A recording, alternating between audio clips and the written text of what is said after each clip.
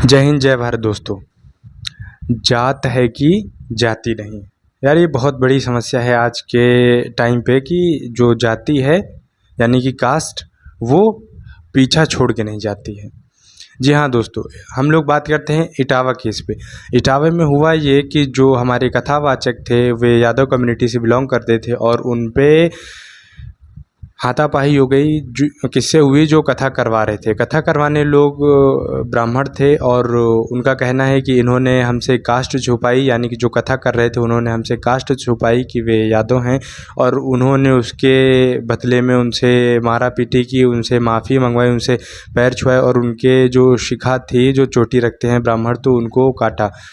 अब ये स्टेटमेंट है उन जो ब्राह्मण आए थे कथा करने, उनका ये स्टेटमेंट है। अब वहीं दूसरी तरफ एक कंट्रोवर्शियल स्टेटमेंट है जो कथा करवा रहे थे, उनके फैमिली में उनकी लेडीज़ का कहना है कि इन्होंने हमारे साथ हैरेसमेंट किया है, हम लोग को छेड़ा है। अब इसमें पुलिस इन्वेस्टिगेशन करेगी क्या सच है और क्या गलत है। अब हम लोग बात करते हैं कि दोनों फैक्टर को लेके।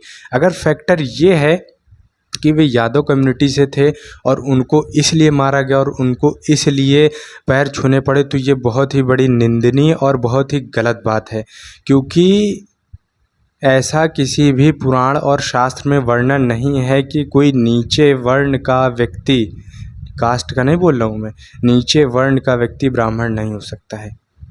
हमारे जो मनुस्मृति है, जो भी पुराण है, उसमें कर्म के आधार पर वर्ण को बांटा गया है, जाति बनाई हुई अंग्रेजों द्वारा।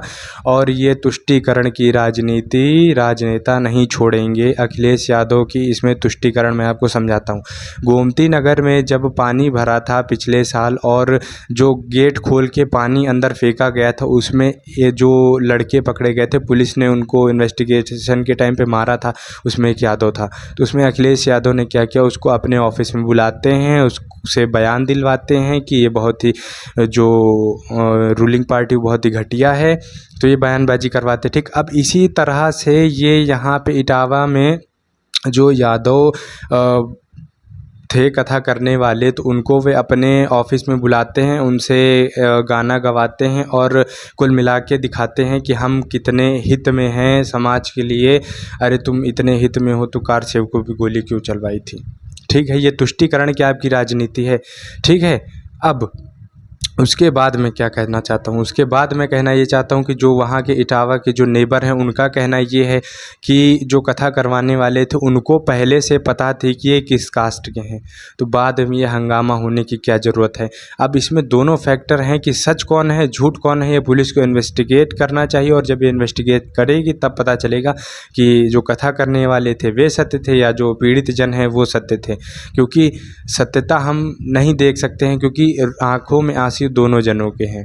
जो कथा करने वाले आए थे, जब उनको इस तरीके से बदनाम किया गया तो वे भी पीड़ित होके रो रहे थे, और जो ये कथा करवा रहे थे उनके घर में जो उनके लेडीज़ हैं वो भी रो के कह रही हैं। अब हालांकि ये नहीं कहा जा सकता है किसके आंसू सत्य हैं और किसके आंसू झूठ हैं, लेकिन मैं फिर ये कहूँगा, अगर ये जाति के आधार पे, ये वर्ण के आधार पे देख के किया गया है अपमान, तो ये बहुत ही गलत बात है। अभी भी हम लोग को सतर्क होना चाहिए। आप ब्राह्मण हो तो आपको ये समझदारी दिखानी चाहिए कि हमने जो हमारे पुरखे थे तो उन्होंने क्या बताया हमारे शास्त्रों में।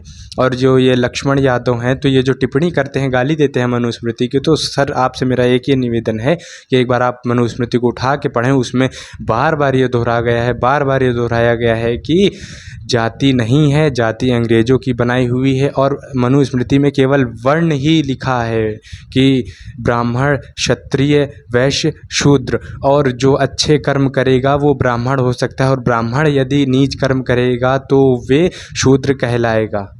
ये मनुस्मृति में लिखा है, लेकिन आपने कभी उसको पढ़ा नहीं, ना पढ़ने की जहमत उठाई, और केवल आपने मनुवादी कह के गाली देना सीखा है। और आप भी समाजवादी के एक प्रवक्ता होते हुए आप भी तुष्टीकरण की राजनीति केवल करते हैं, बस, और कुछ नहीं।